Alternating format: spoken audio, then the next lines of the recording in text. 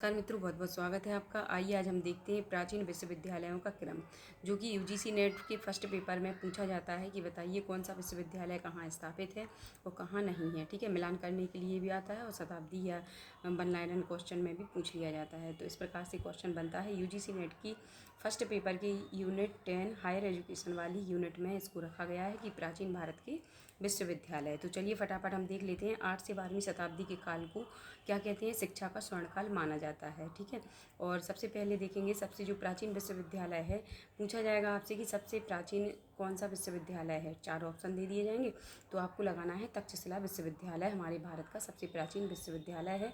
और ये वर्तमान में कहाँ पे है? पाकिस्तान रावलपिंडी में है। पहले ये भारत में था, लेकिन वर्तमान समय में ये पाकिस्तान रावलपिंडी में स्थित है। इसकी स्थापना 8वीं शताब्दी ईसा पूर्व में हुई थी।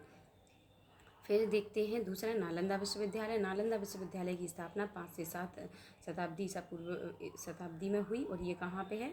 बिहार में स्थित है। ठीक है, अगर पूछा जाएगा आपसे कि बताइए कि सबसे विशाल जो पुस्तकालय था वो किसका था, तो नालंदा विश्वविद्यालय का है और इसको दोबारा से ओपन कर दिया गया है। ठीक है, किसको? नालंदा को। पूछा जाएगा कि निम्न में से बताइए कौन सी यूनिवर्सिटी को दोबारा से ओपन किया गया है, तो वो है आपकी नालंदा यूनिवर्सिटी।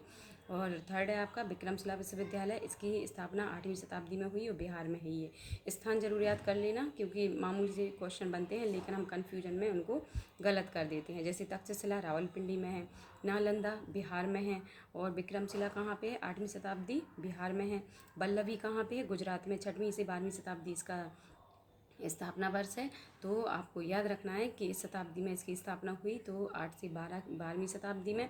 और वल्लभी कहाँ पे है? गुजरात में है। उदांतपुरी या उदांतपुरी इसको बोलते हैं। इसकी स्थापना 8वीं शताब्दी में हुई और बिहार में ये स्थित है। ठीक है, फिर है पुष्पगिरी विश्वविद्यालय। बहुत ही इंपॉर्टेंट विश्वविद्यालय है ये, इसको जरूर याद कर लेना। ये पहाड़ियों के बीच में या पहाड़ियों पे स्थित है ये पुष्पगिरी विश्वविद्यालय। ठीक है, और ये कहाँ पे है? उड़ीसा में है। ठीक है, 3री शताब्दी इसका स्थापना वर्ष माना जाता है। और सोमपुरा विश्वविद्यालय बहुत ही इंपॉर्टेंट है। सोमपुरा का पूछा जाता है। ये सोमपुरा विश्वविद्यालय कहाँ है, तो ये बांग्लादेश में है। जगदला नामक जो विश्वविद्यालय है वो कहाँ पे है? ये बंगाल में है। और नागा अर्जुन कोंडा जो विश्वविद्यालय है वो आंध्र प्रदेश में है। कांचीपुरम कहाँ पे है? तमिलनाडु में है। शारदा पीठ कहाँ पे है? तो जम्मू कश्मीर में है। ठीक है, इसको याद रखना। चलिए एक बार फटाफट और देख लेते हैं हम कि सबसे प्राचीन विश्वविद्यालय तक्षशिला है। जो चाणक्य हैं, जो अर्थशास्त्र के जो लेखक हैं, कौटिल्य या विष्णुगुप्त इनको बोलते हैं, वो तक्षशिला विश्वविद्यालय से ही शिक्षा ग्रहण की थी या वहाँ के गुरु थे। ठीक है, तक्षशिला विश्वविद्यालय में जो सबसे प्राचीन गुरु कौन थे, तो वो थे चाणक्य या विष्णुगुप्त। ठीक है, इसको याद रख लेना कि पूछा जा सकता है कि इनमें से किसने तक्षशिला में कार्य किया, तो वो है कौन से? विष्णुगुप्त या चाणक्य, जिन्होंने अर्थशास्त्र की और राजनीति से संबंधित और ये जो तर्कशास्त्र से संबंधित कई प्रकार के ज्ञान प्रदर्शित किए हैं। किन्होंने? विष्णुगुप्त या चाणक्य ने। इनका विष्णुगुप्त या चाणक्य का या कौटिल्य का क्या है? अर्थशास्त्र सबसे ज़्यादा महत्वपूर्ण है, इसको याद कर लेना।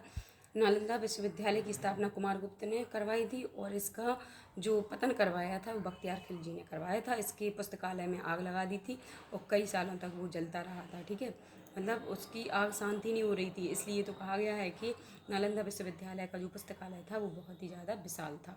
ठीक है, विक्रमशिला विश्वविद्यालय बिहार में है। वल्लभी गुजरात में है। उदांतपुरी बिहार में है।